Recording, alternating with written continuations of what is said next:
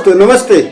मैं राकेश कुमार आप सबको अपने YouTube चैनल पे स्वागत करता हूं। दोस्तों तलाक से संबंधित कानून के बारे में आप सबको आज बताने जा रहा हूं। पिछली बार हमने बताया था आप सबको कि अगर आपको आपसी सहमति से तलाक लेना है तो आप कैसे ले सकते हैं, उसके लिए क्या क्या टर्म कंडीशन है। तो और मैंने ये भी बताया था कि बहुत जल्द मैं आप सबको दूसरे तरीके के बारे में बताऊंगा जिसमें कि आपका एक साथी आपको तलाक देना नहीं चाहता है और फिर भी आप तलाक चाहते हैं। तो दोस्तों आज मैं उसी के बारे में बताने जा रहा हूं कि अगर आपका एक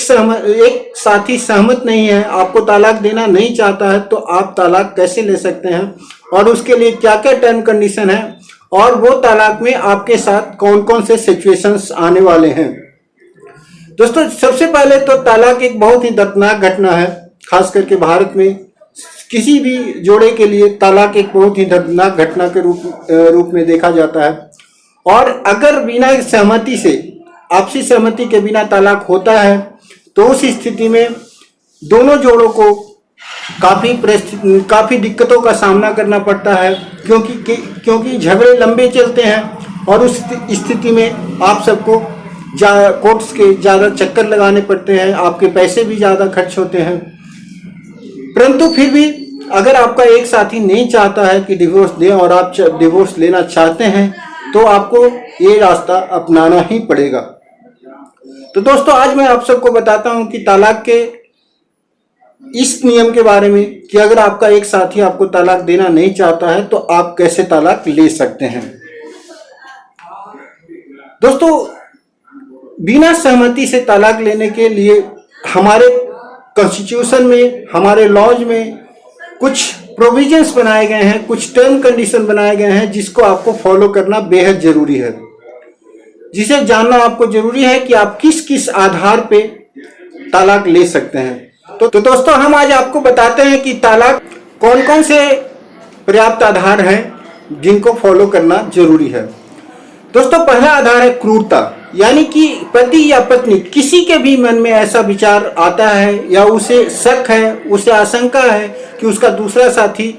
का आचरण हानिकारक है और वो कभी भी हानि पहुंचा सकता है। तो ऐसे स्थिति में आप कोर्ट में अर्जी दे सकते हैं, आप कोर्ट में याचिका दायर कर सकते हैं कि हमें इससे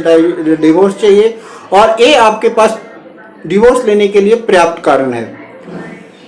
दूसरा रीजन है व्यभिचार, यानी कि अगर पति शादी के बाहर यानी पत्नी के होते हुए वो दूसरी औरतों के साथ, दूसरी स्त्रियों लड़कियों के साथ संबंध बनाता है तो उस स्थिति में आप आरोप लगा सकते हैं और ये भी आपके लिए आपके पास पर्याप्त कारण है तलाक लेने का। चौथा कारण है रूपांतरण, यदि कोई पति या पत्नी अपने धर्म को चेंज करके दूसरे धर्म को अपना लेता है तो उस स्थिति में पहला साथी कोर्ट में याचिका दायर कर सकता है कि हमें इस धर्म परिवर्तन की वजह से प्रॉब्लम हो रही है, हम इसे टॉलरेट नहीं कर सकते हैं और ये भी आपके पास एक उचित कारण है आपके पास डिवोर्स लेने का। चौथा है मानसिक विकार। मानसिक विकार मतलब अगर किसी को मानसिक बीमारी है, यानी कि कोई मेंटली डिस्टर्ब है या अगर उसको पहले साथी को ऐसा लगता है कि इसके साथ मेरा रहना खतरे से खाली नहीं है, इसका मानसिक संतुलन ठीक नहीं है, तो और वो पति या पत्नी अपने कर्तव्यों का निर्वहन करने में सक्षम नहीं है, तो उस स्थिति में दूसरा साथी डिवोर्स के लिए फाइल कर सकता है और ये भी एक बहुत ही उपयुक्त रीजन है आपके लिए कि आपके डिवोर्स के लिए एक उपयुक्त रीजन है। दोस्तों सिक्स्थ यानी कि छठा रीजन यह है